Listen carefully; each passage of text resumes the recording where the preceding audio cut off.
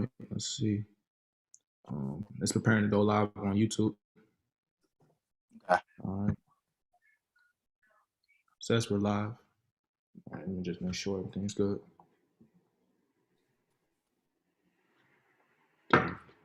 My screen is blurry.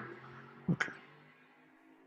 All right, so we're live on YouTube, but my camera's all blurry. So let me try. I'm gonna turn mine off. Okay. So just make sure, because I don't want it to end up making any of the audio or anything like that bad. Right. All right, so we're live. But yeah, man, I just wanted to get on here real quick and talk to you about making money as a young Black youth, Yes, sir. male or female, of course. In our case, from male, speaking, being an author, etc. Yeah.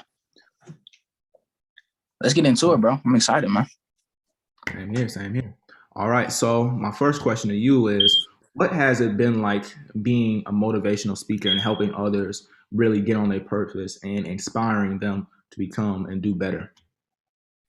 It's really been, it's been a life-changing experience for real, because speaking, it really like snuck up on me. Like, speaking was never something that like I grew up and I was like, I want to be a speaker. Like, I want to make videos and inspire people and go to schools and inspire kids. Like, that was never really something I aspired to do. But in the summer of 8th grade, when I got inflammation in my heart and I had to take 6 weeks out from playing basketball, I kind of found the passion for speaking. When I was going through that hard time, I wanted to help others through their hard time and, give them motivation to keep going and to keep pushing, through their struggles. So, I started posting videos, and man, it's been, just a life-changing experience. Like, some of the text I get, the kids telling me that I changed their life and that I changed their mindset, that I changed their mindset and their perspective. And even, older people, texting me how I inspire them and how I keep them going every day. It's just been, a really life-changing experience. And I'm grateful that I have the opportunity to do that for people. Wow, man. So it was more so from you seeing, or more so from that, coming from that situation and having to take that break and from, well, not being injured, but what would you classify that as? I would just say, having to take a break, having to get a body a rest. Yeah. So really having to take that rest and that time to really take off, to really begin to inspire others in the meantime, really doing something very productive and not wasting your time, because right, of course, time is our number one commodity. Wow, man. Right. For sure. Wow. Yeah. So would you say that's what got you into speaking itself, or it was just inspiring others and then you eventually just became the speaker? I think so. So as an athlete, playing basketball, like, I'm good now, my heart's healed. So pretty much like with my inflammation, it was like from me getting like hit in the chest too hard, like too many times, whether it was like an elbow or something. It's happened to me so many times in basketball. I don't know what happened, but pretty much, the inflammation went down. And in the process of them finding out that I had inflammation in my heart, they found out that I had a heart murmur as well, which is like little small holes like in your heart. So like, the doctor gave me a kind of like an image of it, right? He was like, say you have a lawn and you have your sprinkler, and the sprinkler is only supposed to go on the lawn, but it's sprinkling onto the sidewalk. So he was like, you have all the blood that's needed going to your heart, but it's you got small holes in your heart that's like letting blood go to places it doesn't need to go. So, so finally, luckily I'm healed, thank God that I'm healed, my heart's healed and everything. But as an athlete, I used to always listen to Eric Thomas, Trent Shelton, Inky Johnson, just to get hype, before my games, to give me that motivation, during my workouts and different things like that. So when I had to take that break, I had to find something, that I could give my passion towards. Like, I'm a very, energetic person. Like, I can't just sit around and mope around all day. Like, I had to find something, to keep my focus on, to pretty much pass the time. And I started posting videos, trying to be that light in other people's life, like Eric Thomas and Inky Johnson and Trent Shelton were in my life. And yeah, I think that's where, like, that's the root of it, where it started. Oh, wow, man. Because you just reminded me, I'm not trying to make this about myself, of course. Yeah, of course. Right now, while we're doing this little interview and just having this chat, I'm down with an injury myself. Yeah. So basically, what I did is in simple terms, I was running sprints, right? Because I've been training, Right. I've been boxing over the Hmm. last year because COVID and everything. I wasn't playing football and it was the off Yeah. season. And so basically, while I was running sprints, I was just training. I was doing full speed, right? And then Yeah. I felt something towards my hip Mm. area. I felt a shift, and I felt something like pull or pop.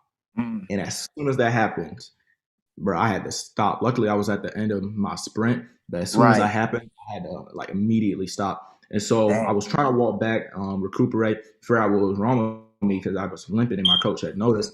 And so Right. I went to go talk to him. He told me to just go sit inside.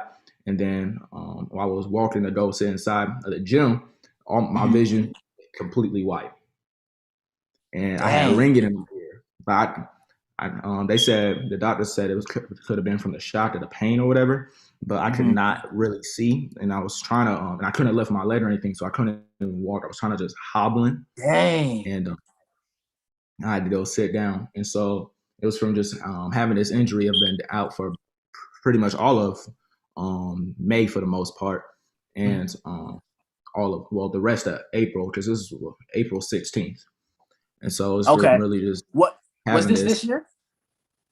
Yeah, this is this year. Okay. Yeah, I'm on my like what's it, 14th. So I'm on like my fourth week of the healing process. Okay. So it's from just having this injury that's maybe similar to you, have to sit down and not being able to do anything, not being able to walk, eat. Well, Yeah. I would say eat, but be able to sit down, lay down properly, and just going through the whole healing process and being patient about it and really learning Right. that patience and not rushing the process has made me really think about a couple of things and really just get busy with my work because I know at one Right. point during this year I didn't want to do anything because I went really big in 2020. I was doing a lot from the Hmm. beginning to the end, and so I just really wanted to just take a break and not do anything. Hmm. And so I was from here from not quite literally not doing anything. I was able to get that break and being able to sit down, and Right. I wasn't able to do athletics or anything, so I had to find something else to keep me busy. And that's more so just been I've been working on my trading, but I've also been learning a lot Yeah. more because of Right. course as a person who needs to grow as an entrepreneur. I'm always constantly learning for other Right. people that are not in my circle, but other people that are doing the things I want to do. So I'm just been taking this time to really learn and just grow for myself. Yeah, bro. That's powerful, bro. I definitely understand that that need to, rest sometimes because, being a young entrepreneur, I'm saying, always working, always, working towards something early morning, late nights, I'm saying? Sometimes you need that break. So yeah, I feel you 100%, bro. 100%.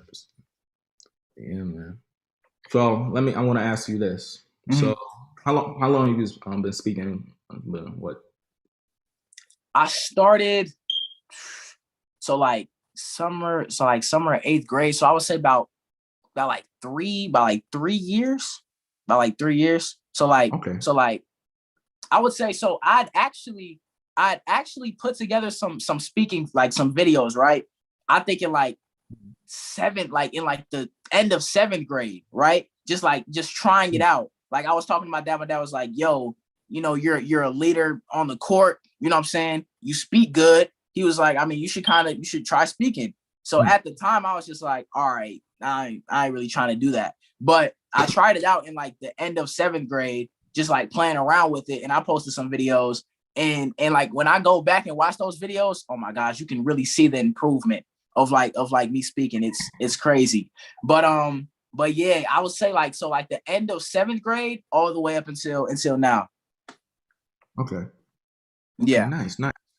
So the reason I ask you this is so before I want to see another young speaker's point of view of this. So before you right before you get on stage, right before they call up your name at any Yeah. event, or something, what do you feel? What are you thinking of? What's going through your mind? How you feeling, etc. So of course you got your butterflies, of course, like so with me, as long as I prepare, I come to the stage, I come to the engagement with a different level of confidence. The only time I don't feel confident is when I know I didn't prepare correctly, right? So I had a virtual event, right? This was in 8th grade, And my dad, he had told me, he was like, yo, you have a speaking engagement. You're speaking to this class of students on, I forgot the exact date, but he said, you're speaking to the class of students. He gave me the information like a week ahead, right? So that whole week, I was playing around, wasn't practicing, wasn't preparing my speech.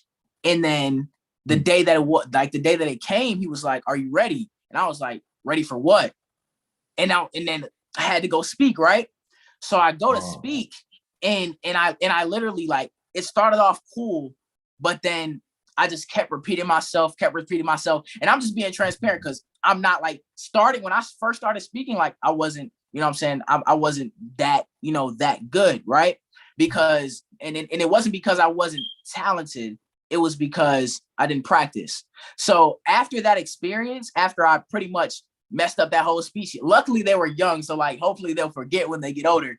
But it was because I didn't practice that I wasn't, confident in my words, confident in what I was saying. So after that experience, I practiced for every speech, every virtual speech that I did. And after that, I mean, when the time came, I sent up my prayer to God. Lord, let my voice flow, let my speech flow, let my words come out, let me speak with clarity. And then after that, you just leave it up to God, and God, he's going to take care of you if you put in the work, right?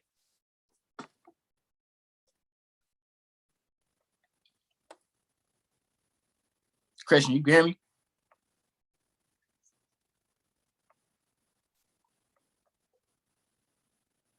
Yeah, it broke up bad for me.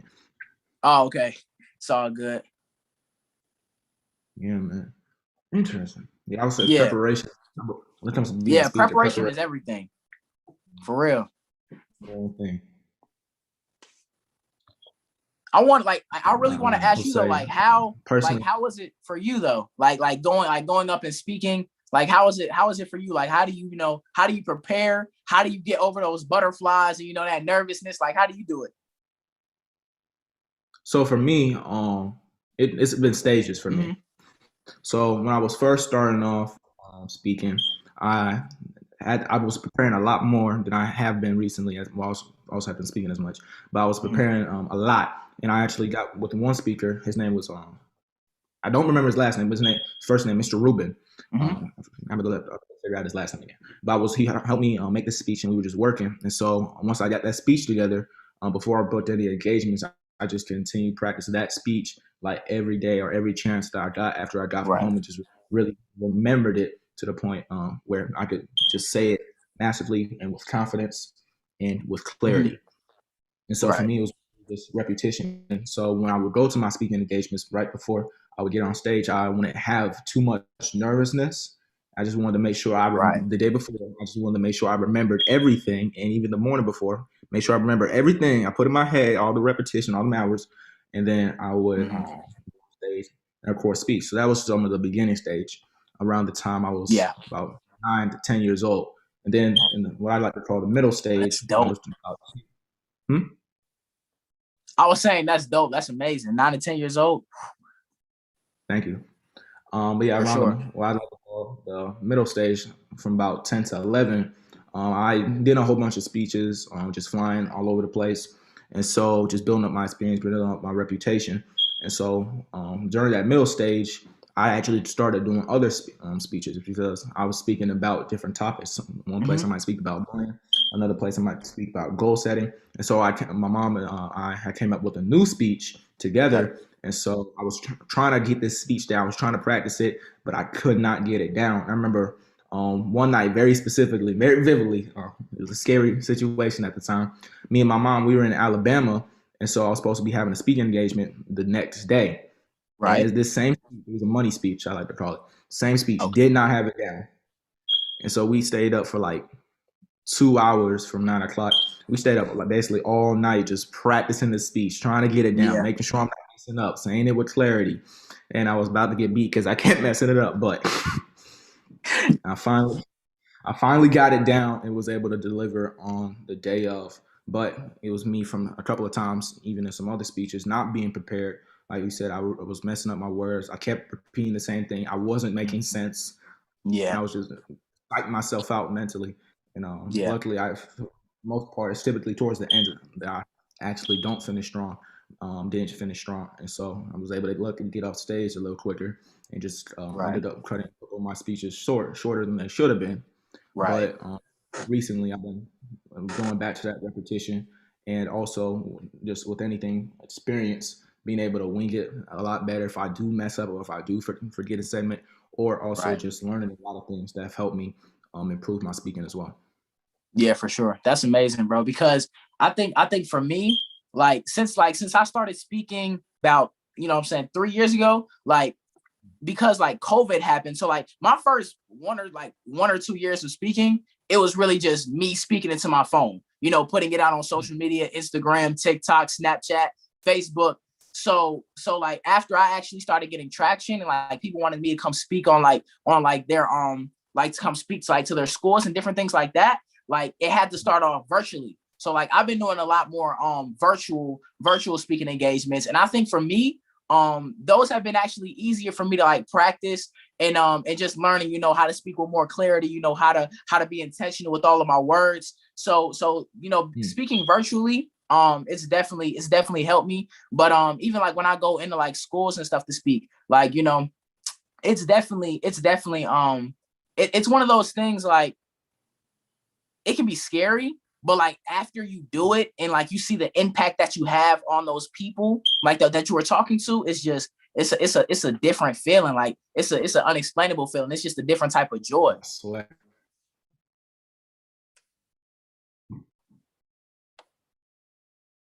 You can hear me, bro, or it's breaking up again. 100.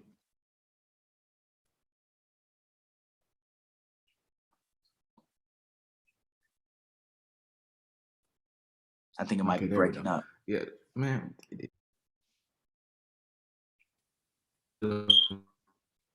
Fill this whole conversation. God dang, bro. Say it again. Okay.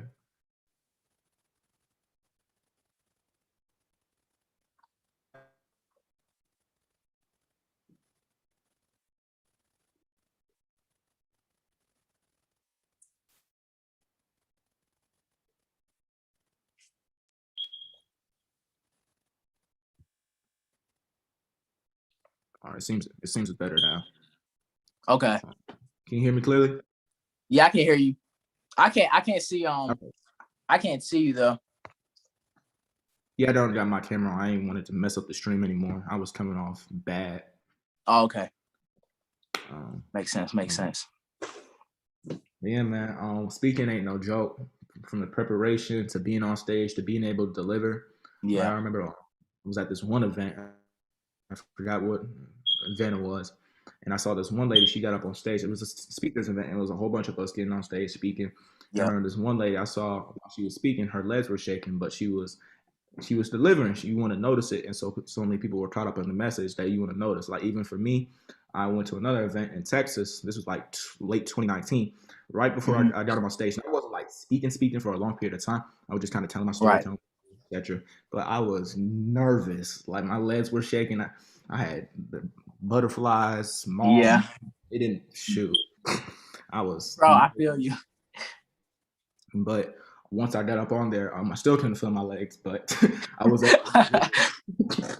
and I was able to just see that joy in the audience and seeing other people inspired by my story, inspired by what I'm doing. And for me personally, it doesn't seem like I don't feel like I'm doing that much. It just becomes a new normal. Right. Bro, I gotta tell you this story. So this, all glory to God. This was all God, right? So I'm in the car driving with my dad. I'm like, yo, Dad, I'm watching one of Trent Shelton's videos, right? You know who Trent Shelton is, right? I've heard the name. I haven't seen him that much.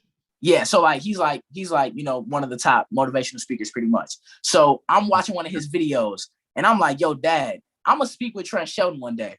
And then he's like, oh, okay. He's like, all right. And I'm like, I'm telling you, I don't know how it's gonna happen, but I'm gonna speak to him one day. I'm gonna speak with him one day. So I would say about 2 to 3 weeks later, right? No, I would say about a month later, right? My mom had ended up moving to Texas, right? Because my mom and my dad, they're split. So my mom, she ends up moving to Texas. So I'm looking at it dang, my mom just moved to Texas. man, I ain't never really had to experience them being like dad in this state, dad in Georgia, mom in Texas. So I was like, I was going through it. I'm like, dang, this is like this is new to me. So I was kind of looking at the negative for a second. I was like, I just kind of want them to be in the same state. Like, they don't got to be together, but I need them in the same state. But I was like, nah, I know God got me. God's going to handle it. God got a plan. So I go to visit my mom, and just like I normally do, I comment on one of Trent Shelton's videos. He sees my comment, and he's like, and he's like, yo, bro, I appreciate you. So he DMs me, and then he's like, yo, I checked out your page. Like, I love what you're doing. And then he gives me the like, me and him, we talk on the phone, and he gives me the opportunity to come speak in front of his team. And I'm like, hold on.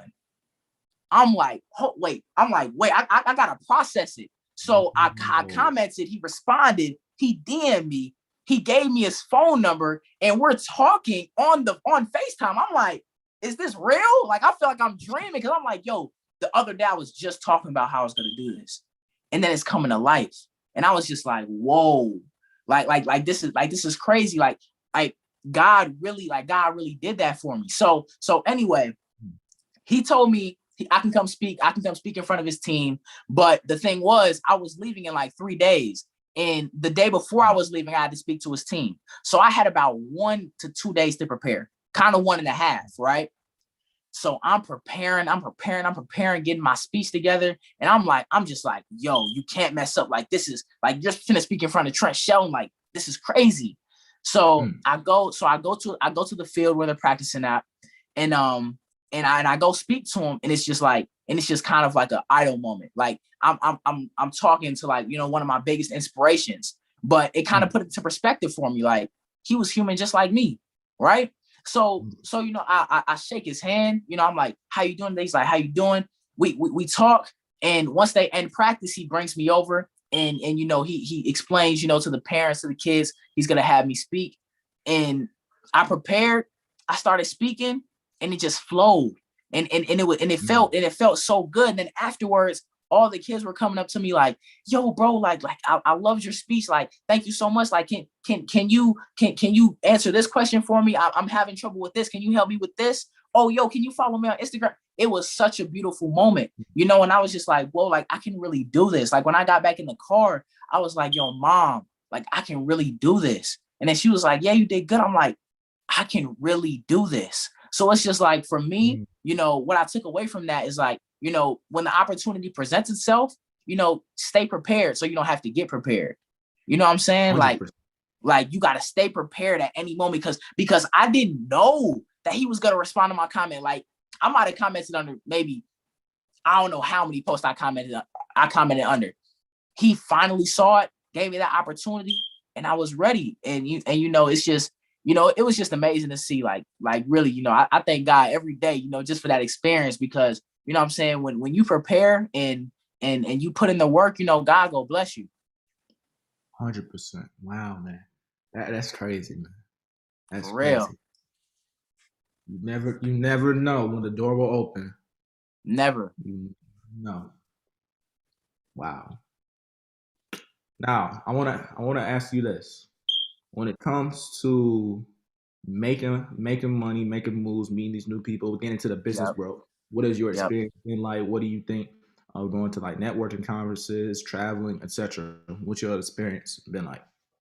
I would say I've recently started, networking. I would say like for me, like the thing you're putting together, truth playmakers, like that's big, bro. Like, bringing together all of these young, powerful moguls, these young moguls doing good things. Like, bro, it's powerful.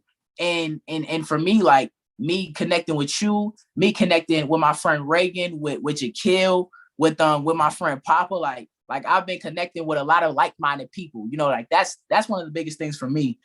Surrounding yourself with people who push you to be better, right? When I see you on Instagram, explaining, investing in stock, trading, different things, like, I'm like, whoa, I'm just learning, gathering knowledge. When I see my bro Jakil starting his project, going out there and helping the homeless, the less fortunate. I'm like, whoa, that's powerful. I'm inspired. When I see my friend Reagan posting her motivational videos every day, I'm like, yo, I'm inspired. So it's like surrounding yourself around people, who are like-minded and pushing towards their own goals and their dreams. It just propels you, and it pushes you to be better. You know what I'm saying? So I think the biggest thing for me when it comes down to surrounding yourself with the right people, like when you surround yourself with the right circle and you surrounding yourself with people who making money, making moves, you gonna be the next person making money, making moves. So for me, that's just been the biggest thing for me, just surrounding myself with the right people. 100%. And I got a very similar mindset where my thing is, my biggest thing is my vision, not only just my immediate family, but just I want to do with True Playmakers is make it like a very exclusive club or group of young Black youth are doing the thing, are making money, making moves. We're collaborating. We're meeting with high executive people, high top tier people. We're speaking all over the country, all over the globe, and really making it happen and just be that group. That's always been my vision with True Playmakers, to be that group of kids, that group of people who are really making it happen, because we are the next generation. We are the people that are up next and going to be running the world in just a little bit. It's not far away. 100%. For real. I think like seriously, like I think about it every day. Like I feel like God kind of chose me, to change things up for my family. Like when I kind of look at my storyline, like my parents, my parents were teenagers when they had me, right?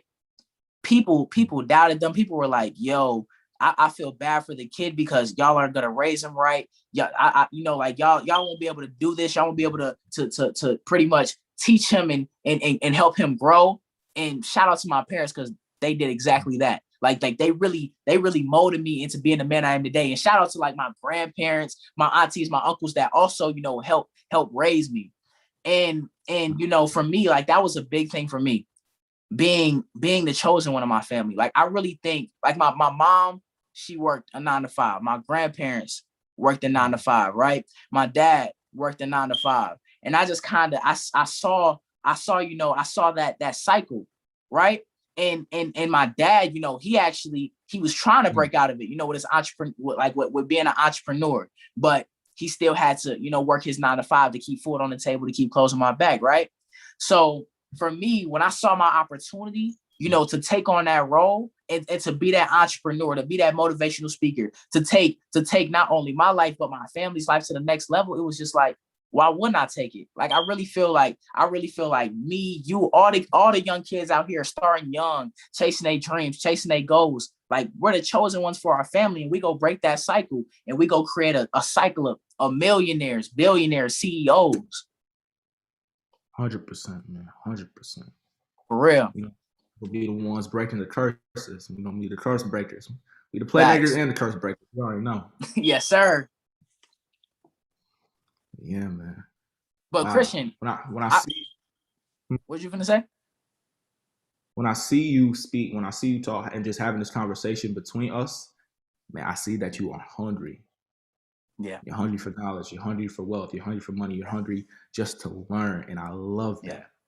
Me and you, we definitely be working a lot closer together in the very near future.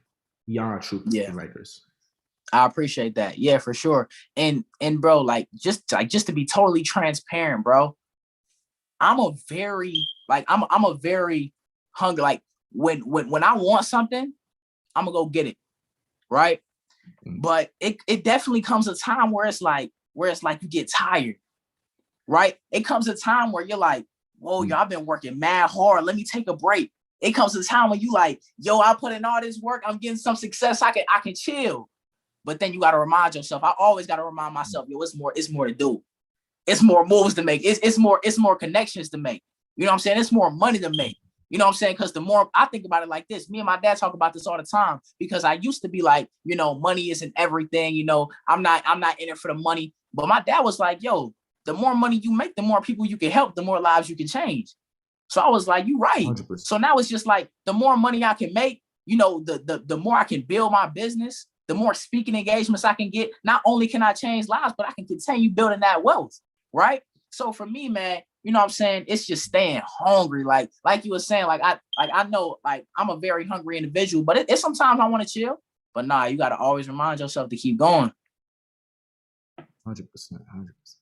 Man, yeah, it's just really staying consistent with it and just continue to move forward, no matter how hard it is, no matter how tough it is, no matter how much you don't want to do it, no matter how much you don't want to make that video, no matter how much, in my case, you don't want to study right now, you don't want to read. You just got to keep moving forward with the journey, because at the end of the day, it is a journey.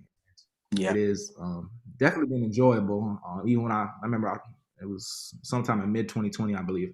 I think I did a video on this. When I just looked back and I saw the things that I had done, I was like, wow, I really did that. Because sometimes we get so focused on moving forward that we don't look back and appreciate what we've already accomplished. Like I know for you, I was doing some research, because I do research on everybody. I saw that you got to talk to Big Diesel himself, Shaq, on NBA. Yeah. Also, how did that opportunity come about? Yo, so let me tell you. So my uncle, right? My uncle was going to this gym, and the lady that was that partly owned the gym, she was like, yo, I see, you know, what Marquis is doing. I can get him an opportunity to talk to Shaq, because Shaq went to that gym, right? So she set it up. She got me the opportunity. My uncle's driving me up to the place, right? And we see Shaq sitting next to his Rolls Royce.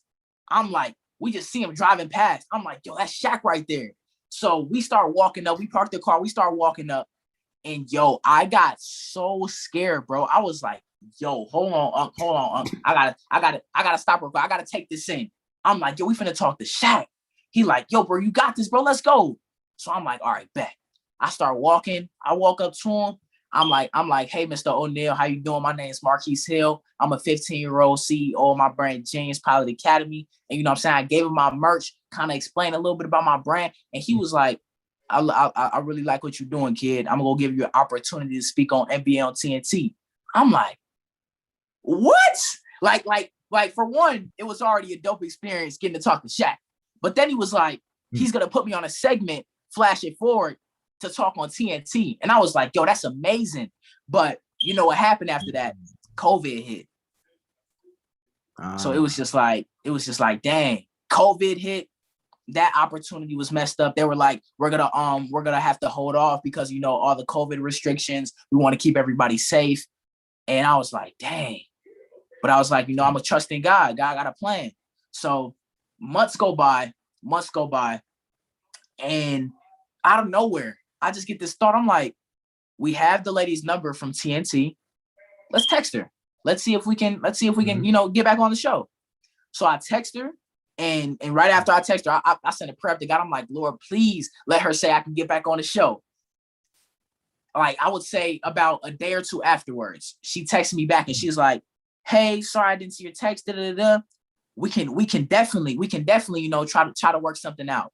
So after I retract, she pretty much got back in contact with, you know, the crew, and they said they can get me on, and that's how that came about. And it was so, like, we had to do it virtually, you know, because of COVID and everything now. But it was such a cool experience, like just getting on and being able to talk to Shaq and D Wade, Candace Parker. It was like, whoa, it was just it was nerve-wracking. Like, I thought I would be more nervous though, but I think for me, when you actually kind of talk to people, you just like you just kind of feel that genuine connection, and it's just like, yo, you're human just like me, right? So it's just like there's no reason to be nervous. Like Shaq, Candace Parker, Dwayne Wade, they were all idols to me, but they were human just like me too. You know, they had to start from the bottom and work their way up too. So it was just like, for me, I was just talking one-on-one to a person that I really respected, and you know, it was a great experience, bro.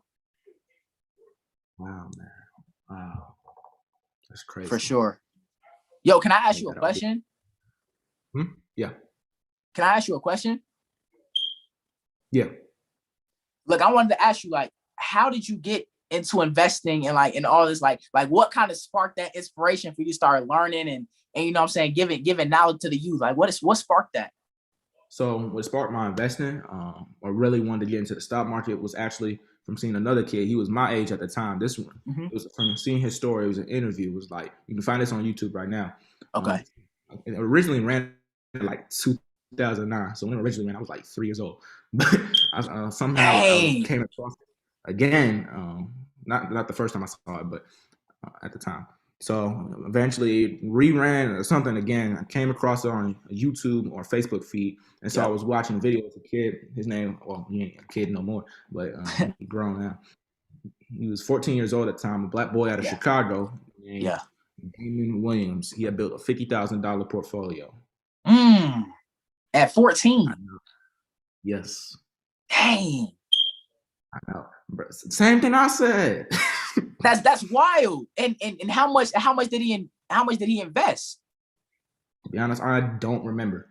Yeah. But he initially started when he was like 6 years old. His mom got him into some Nike stock because he wanted to buy some Jordans. And so it's just hearing his story on how he got started and now everything he had been doing since then. That made me want to do it because when I saw $50,000, I was like, shoot, I'm trying to be like him. Facts. He got money. I'm trying to make that type of money.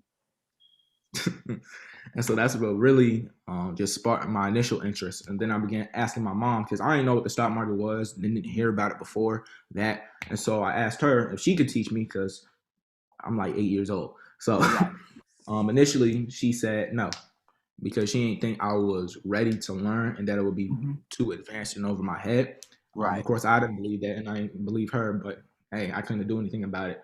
I couldn't do much, let's say that. So after that, I eventually just got on. I don't think I had a computer, but got on my phone, got my little iPad, looked up stock market. Eventually, went to little Wikipedia and stuff, read whatever I could understand. Eventually came across this word called a brokerage account. Looked whatever that what that was. Then saw a brokerage account. Then you use in order to invest and trade yourself. So I was like, oh, okay. So let me go back to mama and tell her I done found the brokerage account and I am serious about this. So I went back to her, told her I wanted to open up my brokerage account, and then she finally took me seriously and believed that I wanted to do this because I actually took action and put in the work. It wasn't much work, but I put in work in order to really learn about the stock market, or at least learn what I could. And so from there, to make it a short story, we began taking courses, learning together. Me and my mom, we were learning together. She had already tried to get into the stock market about a year or two previously, and I already had bought a course, but she really wasn't focused on it as much. So we began just taking the courses together, learning anything I couldn't understand. She would, and that she did understand, she would break down to me using football analogies, actually. Oh, that's dope. Just using things that made sense. And that's actually something I've taken and now implemented to my own courses, which is using, especially when I'm talking, I can't say kids, but my peers about the stock market, is just using analogies. Like a lot of the times, if they don't play sports, I'll talk about school. I'm gonna give you an analogy right here. So you have this thing when you're dealing with a certain type of stock, right? Not a certain type, but every type of stock, they have this thing called an earnings date. And so, in simple terms, basically what the earnings date is, it happens every quarter, so every 3 months, 4 quarters. And so it's basically, in simple terms, it's like the company's report card. Okay. And it basically gives you the valuation or the grade on how this company performed during this quarter. So I'm in simple terms, or an example, let's say I'm looking at Tesla, and it's the end of the quarter, right? So, and the earnings date is coming out. So the earnings date, let's say it's May 14th. So let's say it's next week. What's that? Let's say May 16th. Okay. Actual earnings date. So boom, May 16th comes out. It says, hey, Tesla got this grade on earnings. They was called hit earnings. So that means they did well during that quarter. And so basically give you the but the report on how well Tesla did, and they basically got an A plus. So that's basically in simple terms what an earnings date is. And that's the way I explain to other people or other people, my peers, on when it comes to investing in the stock market, just using simple terms. Because I know a lot of people, especially when we were learning, and even after we went just on YouTube to see a couple of different things, because you always continue to learn. A lot of people use like technical jargon, a lot of technical things that you do not need to know. Right. Like you seriously don't need to know all these technical terms. You just got to break it down very simple. Like I remember me and my mom, we one day we was on YouTube. We was searching for something, and we already learned options trading, right? So we eventually, I don't know why we did this, but we went across another dude, this white dude, his options trading, and he was just explaining it. Did not understand a word he was talking about. Like, he didn't Dang. make no sense. We already knew this. Like, we already know Right. it. We already did this. Did not know what he was talking about. So a lot of people be overcomplicating it, and I guess trying to keep it away from people for whatever reason. But it's really simple Right. to learn. One, if you're willing to put in the work, and number two, if you have the right teacher, which is just as important as being able to put in the work. Because you put in the work, but you still don't understand it. You just don't understand. So sometimes Right. it's your teacher that is making you not understand it by overcomplicating things. But yeah, that's I know I went on a little tangent, but that's kind of how got Nah, you into good, bro. Yeah, that's dope. Hey, I was, you know what I'm saying, doing my own research too, looking at your account. And bro, you gotta tell me about that $2,000 investment turning to 78 grand. Okay. Like, how did that feel, bro? To be honest, it felt real good for a minute, and then it was gone. To be honest, It was I'd gone. be happy. Yeah, like even when I made my first 100,000, I was happy. I was like, yes, 100,000. Time for a million. I mean, On to the next goal. I love it, bro. 100%. 100%. When people tell you the journey is better than the result, they are not lying. Dude.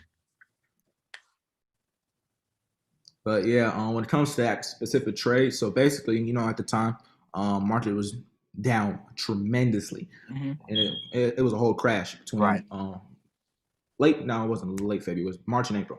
It might have even went a little bit into May, but it was a crash of 2020. COVID had just hit the U.S. Officially. Like, it had been here. I don't want to say been here. It's been around before that, because I remember before school, I was in school, and Yeah. like even November, October, I would check the news every morning because I didn't have like a lot of data and I couldn't do anything else. And so I would just check the news every morning. I was like, ooh, it said COVID-19 does this and this. I'm like, oh, and I ain't paying any attention to it. And then later on, of course, it became this big thing. So I was like, wow, Right. I wish I saw that coming. But hey, now I know to pay attention. Dude, that was crazy. But yeah, so it was around March time. And I believe Tesla fell back to $300. Like, they fell back a lot. And they fell back to like $300. And so I went into another account that we weren't using as much, because my main account is E-Trade. This was in Charles Schwab. And so this is another account we weren't using as much. And so we went ahead and placed a call on Tesla there, just make some money there, typical trade. So, and then we ended up actually kind of forgetting about that trade because we didn't check it that much. And then it was called a swing trade, so it's a bit long term, so it didn't matter. You don't need to check it every day for the most part. Right. And so, of course, we waited a couple months, and eventually, I kind of just forgot about the trade. And I was early July. My mom had called me. I was on vacation with my uncle, and we went on vacation. I don't remember where we went. I know it was something that had like camping or something. And so she had called me up. And she was like, "Hey, you just made 30. We're up $35,000." I'm like, "What? And what on one contract?" Ooh. And if you know anything about options for anybody listening, one contract that will make you nothing most of the time. It might make you maybe $100, $200 at most on average. But with this, we was up one contract, and Tesla went up to like $1,000, $1,100, something like that. They went $1,000 plus from 300. So we was up a lot. And she was like, "Should we get out? Should we get out?" I'm like, "No, not yet." And so I eventually came back. You made the decision to stay in after you got 34 grand? Yep, I decided to stay in because I know my stuff. And so we ended up making like $40,000, and then we went ahead and we got out. And so right after that, I actually ended up going on Earn Your Leisure, or EYL. And so that's a whole nother topic. But I saw you talking to them. That was crazy, bro. Like, I really want to meet them one day. They're dope. 100%. Shoot, you might just meet them at the award show. We trying to get them, but I know everybody's busy during that weekend. Right. Yeah, that would be amazing, bro. Yeah, we don't have a lot of dope people there. Mr. Ian Dunlap. Do you No. watch Market Mondays for all your leisure? Nah. I Okay. just started getting into their content, so nah. What's that? Okay, so he's the dude. He runs Market Mondays right now. That's what I was on originally. I was on Market Mondays, and so I actually knew Mr. Ian before he went on EY and everything because I met him through another one of my mentors and one of my friends now, who's also Okay. going to be at the award show. His name is Mr. Marquis Russell. He just helps help me get my marketing together for my courses. So Oh you yeah, I never really follow know. him. He's dope. Yep, you never know how these connections and these opportunities can come in place. So you never want to sleep on people. Right. Yeah, man, that's kind of how that whole situation went, and then blew up on social media. That was cool. Nah, yeah, bro. That right there. I saw that video. I was like, whoa. That was amazing. So recently I got into cryptocurrency, right? Mm. So I wanna kind of get like what's your insight? Like what's your opinion on cryptocurrency? So, my opinion, I will say this disclaimer for anybody listening. Number one, I'm not a crypto expert, like at all. That's not what I mainly do.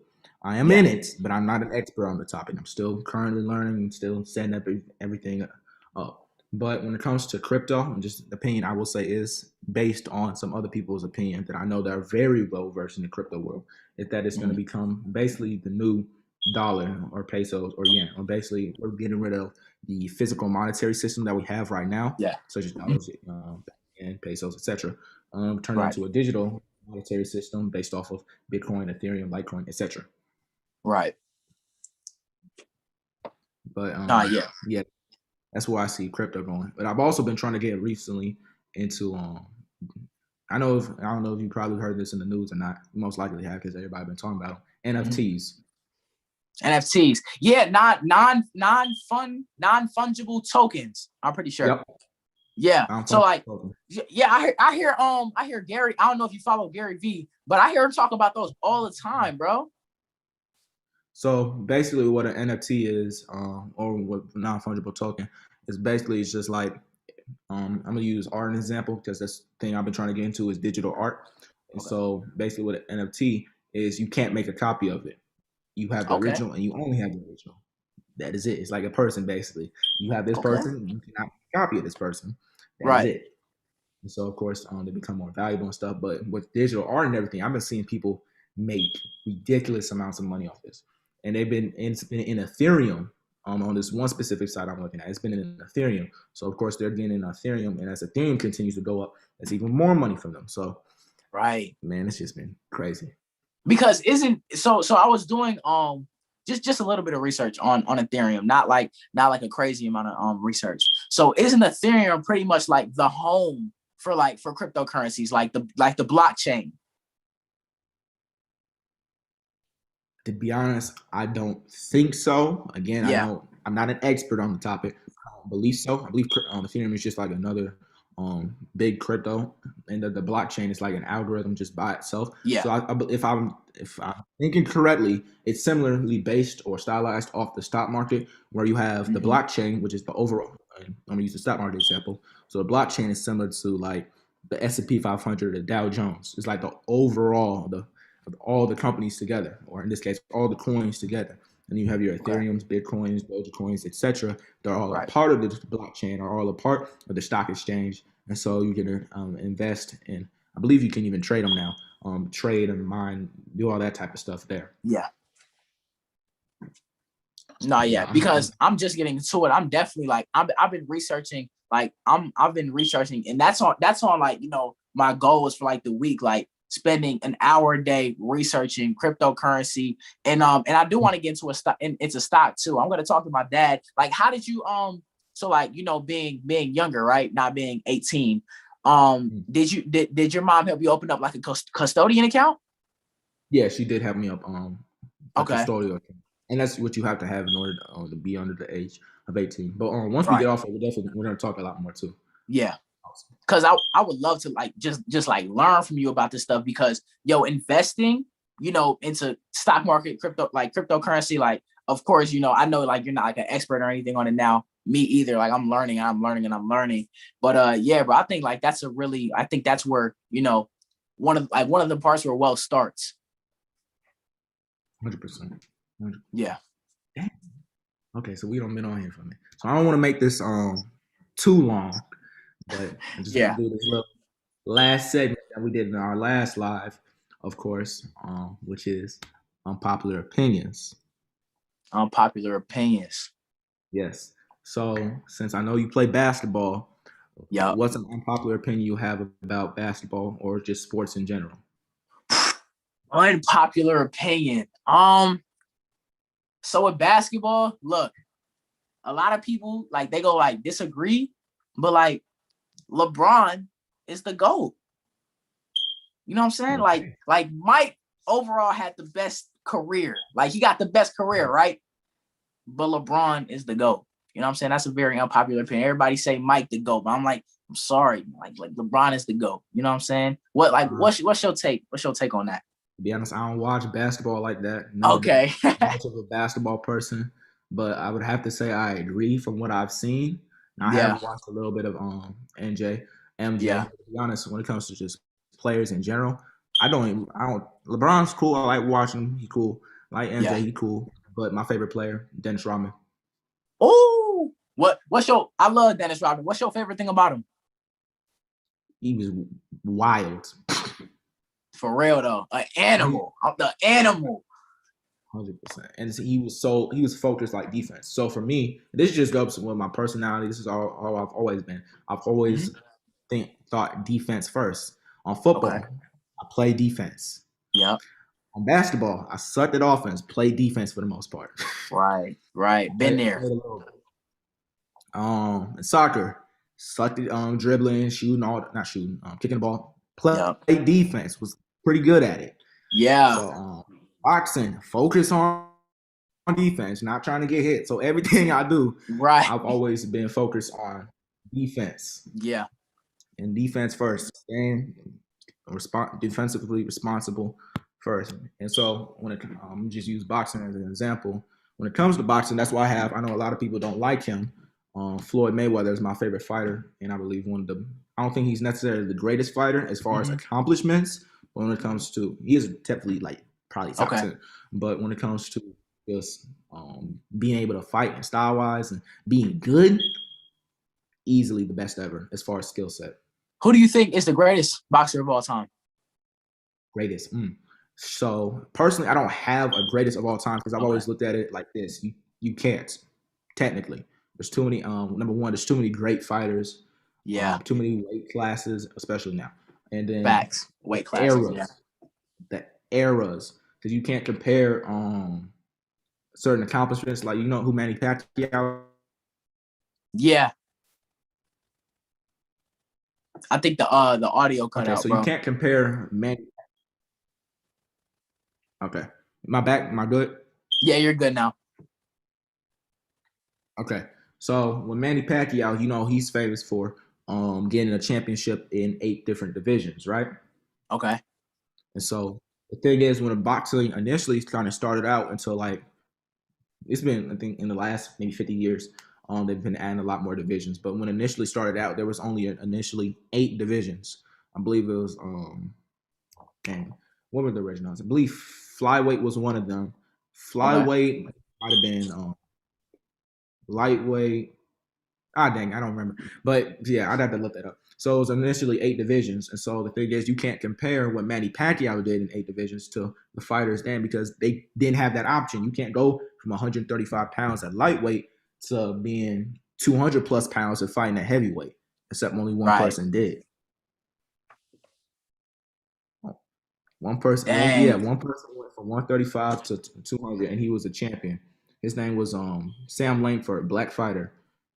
Greatest fighter that nobody knows. Greatest fighter to basically never get a title, because the champion at the time, his name was Jack Johnson. He was the first black heavyweight champion. He wouldn't give him a shot, and really wouldn't give any other black people a shot. And so that's the whole. Story. That's messed up. I know, but yeah. Sam Langford, he fought from like lightweight all the way up to heavyweight and was knocking people out. He was only like 5'7". I'm taller than That's him. Yeah, hard. he's long with that. Huh? That's hard right there, bro. That's skill. Heart Yeah, skill. yeah, Stuff. Bro, that's ridiculous. Because boxing ain't no joke, especially back then. Because a lot of people would wrestle and stuff. Yeah, it wasn't no joke. yeah, for sure. I tried, like, I was like thinking about getting into boxing, but then I was like, do I really want to damage my face? Nah. So I was just like, no, I'm gonna stick to football. I'll stick to basketball. I'll save boxing for later. You know what I'm saying? Yeah, I get you. Now I will say this. That's well, I won't say it's a misconception. No, that can definitely happen. But the thing is, depends on how far you go with it. Because with Yeah. pro boxing, they don't wear headgear. Okay. They don't wear headgear. So when you're doing amateurs or you just sparring and stuff, you wear headgear, and so you get it's basically to prevent cuts, bruises, and to protect your face. So you ain't gonna get your face Okay. broken. Okay. As long as you move your head, keep your hands up, Right. and people trying to knock you out, and you won't get knocked out. Right. Yeah, I'm definitely I definitely been thinking about, what I'm saying, getting into some boxing classes because what I'm saying, I want to get my hands right. And I heard boxing helps, with your hand-eye coordination, being quick, what I'm saying, with your hands. So yeah, I would definitely want to get into that, to improve my skill. With not just fighting, but basketball too. 100%. Now I Yeah. will say this. Actually, let me ask a question. What do you think the worst? Do you think it's worse to get punched in the face or punched in the body? To be honest, I would say the body, bro. That was actually going to be my point. I wanted to see if you're going to say face Yeah. because there's a specific number one, body punches just hurt, especially after a minute. You got to work on your core a lot when it comes to boxing. Mm-hmm. And number two, I done took this punch myself. Luckily, it was against a dude who wasn't the hardest hitter in the world. Yeah. A liver shot. A liver shot. Yeah, it's on your right side of your body. Okay. And so I might show you once we get off here on YouTube in a minute. Okay. If you take that shot, it's the worst shot you can take because just about any person will go down from that shot. That's the best way you can knock somebody down or knock somebody out, basically. And it's like right here on your side. Yeah, hurts. I think like the most hurtful for me that has been is like a stomach shot, bro. Just like take all the wind from you, but I just be like, hey yo, you know what I'm saying? I can't breathe when I get hit in the stomach too hard. Dang. Yeah, that Dang, but that liver shot. Most painful punch I've ever took. Yeah. Yeah, bro. I'm definitely gonna have to, get in the boxing, see what I can do. I got you. Bet. Sound like a plan. Yeah, man. Sure. All right. I don't want to keep people on here too long for thinking we can gonna keep talking, but I don't want to keep them. Yeah, for sure. I can talk for hours, bro. It's just like when I got a person, you know what I'm saying, that I'm connected with and we talking, you know what I'm saying, motivation, inspiration, business, getting money. I can talk for hours on top of hours, bro. Yes, sir. But yeah, man, I'm gonna go ahead and we're gonna end the live stream right here. I'm gonna say thank you for coming on.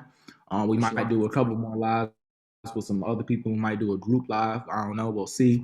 But again, thank you for coming on. It's been a pleasure talking to you, bro. It's been a pleasure talking to you too, Christian. I appreciate you, bro. No problem. All right, this has been Undisputed Truth with my truth maker honoree, Mr. Marquis Hill.